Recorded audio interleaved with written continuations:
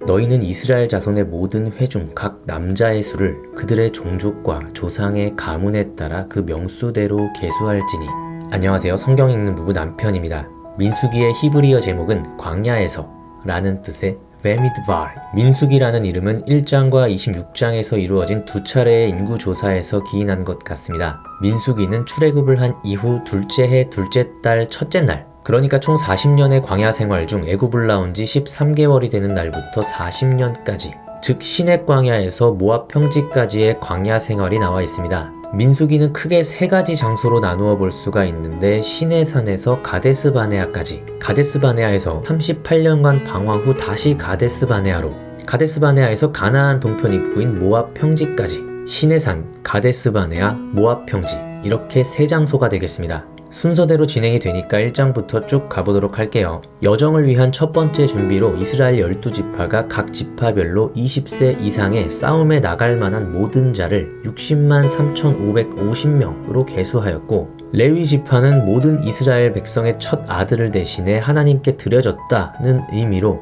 하나님의 소유로 따로 선택된 지파로서 12지파에 들어가지 않고 성막, 성물, 법궤를 분담해서 책임을 맡게 되었습니다. 참고로 레위 지파는 22,000명으로 따로 계수되어 있습니다. 이어서 머무를 때와 행진할 때 12지파의 순서와 위치가 정해지고, 레위인의 직무, 부정한 사람의 처벌과 보상, 의처증과 여호와 앞에 거룩한 나실인의 규례, 그리고 예물을 드리는 것과 유월절에 대한 규례 등이 나옵니다. 다음으로 이렇게 많은 인원들이 질서 있게 움직이기 위해 필요한 신호체계인 나팔 소리에 대한 내용이 나오고, 출애굽 2년 2월 20일 구름이 성막 위에 떠오르며 드디어 시내 광야에서 출발하게 됩니다. 하지만 출발한 지 얼마 되지 않아 악한 말로 여호와를 원망하고 이스라엘 백성에 섞여 사는 무리들의 불평에 영향을 받아 만나에 만족하지 못하고 고기를 달라며 메추라기를 얻어내죠. 그리고 모세의 형과 누이인 미리암과 아론이 모세에게 반기를 들다 나병에 걸렸다가 낫기도 합니다. 이스라엘 백성이 바란 광야 가데스 바네아에 도착하고 여호와께서 이스라엘 자손에게 주실 가나안을 정탐하게 하셨는데, 40일간의 정탐을 마치고 돌아온 자들 중 여호수아와 갈렙 외에 모두 부정적인 말을 하였고,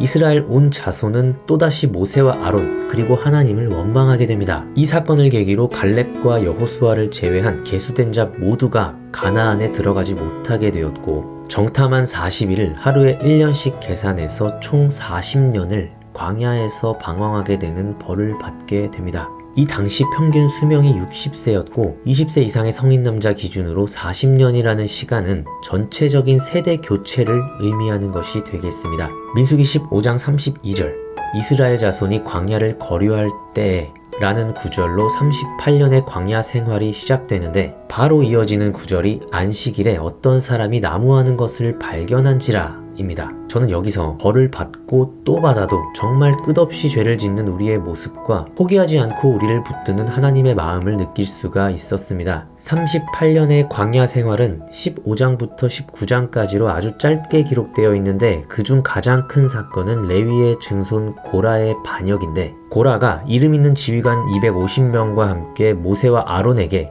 왜 너희들만 리더냐? 라고 하며 반란을 일으킨 거죠. 이 사건으로 고라를 포함한 반역을 저지른 모든 사람이 땅속으로 꺼져 죽게 되고, 아론의 지팡이에 싹이 나고 살구 열매를 맺게 하심으로 제사장의 지위를 다시 살려주시고 회중이 원망하는 말을 그치게 하십니다. 이렇게 38년의 광야 생활을 마치고 다시 가데스 바네아로 돌아오게 되는데, 여기에서 미리암의 죽음이 구세대와의 교체를 암시하고 백성들은 물이 없다며 또 불평하기 시작합니다. 이때 모세 인생에 가장 큰 실수가 나오게 되죠. 너무 안타깝습니다. 여호와께서 모세에게 반석에게 명령하여 물을 내라 하셨는데, 이때 모세와 아론의 행동이 엄청난 결과를 불러일으키게 됩니다. 민수기 20장 10절, 회중을 반석 앞에 모으고 모세가 그들에게 이르되 반역한 너희여 들으라. 우리가 너희를 위하여 이 반석에서 물을 내랴 라고 하며 여호와를 믿지 못하고 이스라엘 자손의 목전에서 여호와의 거룩함을 나타내지 않는 큰 죄를 범하게 됩니다. 그 결과로 아론은 죽게 되고 모세는 가나안에 들어가지 못하게 되는 큰 벌을 받게 됩니다. 이후 백성들은 또 가는 길에 대한 불평으로 불뱀의 심판을 받고 모세의 기도로 노뱀을 통해 다시 구원을 얻는 스토리도 있습니다. 모압 왕 발락은 이스라엘의 진행을 두려워하여 이방술사 발람 선지자를 불러 이스라엘을 저주하도록 했지만 발람은 오히려 하나님의 뜻에 따라 이스라엘을 3번이나 축복하게 되죠. 이후 이스라엘 백성은 모압 평지에서 하나님 명령에 따라 가나안 땅에 들어갈 준비를 위해 2번째 인구조사를 하게 되고 이때 계수된 자들 중 여호수아와 갈렙을 제외한 9세대는 하나도 남지 않았습니다. 하지만 그 수는 60만 1730명으로 1차 계수 때와 큰 차이를 보이지 않는데 황량한 광야에서 40년이라는 세월을 보냈는데 인구가 줄지 않았다는 것도 하나님의 은혜라 할 수 있겠습니다. 그리고 여호수아가 온 회중 앞에서 모세의 후계자로 안수를 받게 됩니다. 절기마다 드려야 할 제물에 대한 규례를 가르치시고 여자의 서원에 대한 내용도 가르치십니다. 그리고 이스라엘 백성으로 하여금 우상을 숭배하도록 유혹했던 미디안 족속에게 원수를 갚게 하시는데 이 과정에서 우상을 숭배하도록 유혹하는 아이디어를 냈던 발람도 죽임을 당하게 됩니다. 그리고 요단 동쪽을 완벽하게 점령하게 되죠. 33장에는 애굽을 떠난 이후부터 모압 평지까지의 전체 여정이 요약되어 있고 뒤로는 이스라엘 백성들이 약속의 땅에 들어가서 기억하고 지켜야 할 법령들을 선포하고 있습니다. 이는 여리고 맞은편 요단가 모압 평지에서 여호와께서 모세를 통하여 이스라엘 자손에게 명령하신 계명과 규례니라 라는 마지막 구절로 민수기는 끝이 나게 됩니다. 애굽에서 가나안까지 거리는 실제로 약 640km라고 합니다. 자동차로 한 8시간이면 갈 수 있는 거리를 40년이나 걸려 가게 되었습니다. 저는 민수기에서 지겹도록 실수를 반복하는 하나님의 백성을 혼내시고 달래시며 훈련시키는 하나님의 손길을 느낄 수 있었습니다. 언제나 그럼에도 불구하고 우리를 사랑하시는 하나님, 저도 사랑합니다. 모세가 40년 광야의 역사를 3편의 설교로 요약하는 신명기에서 뵙도록 하겠습니다. 안녕.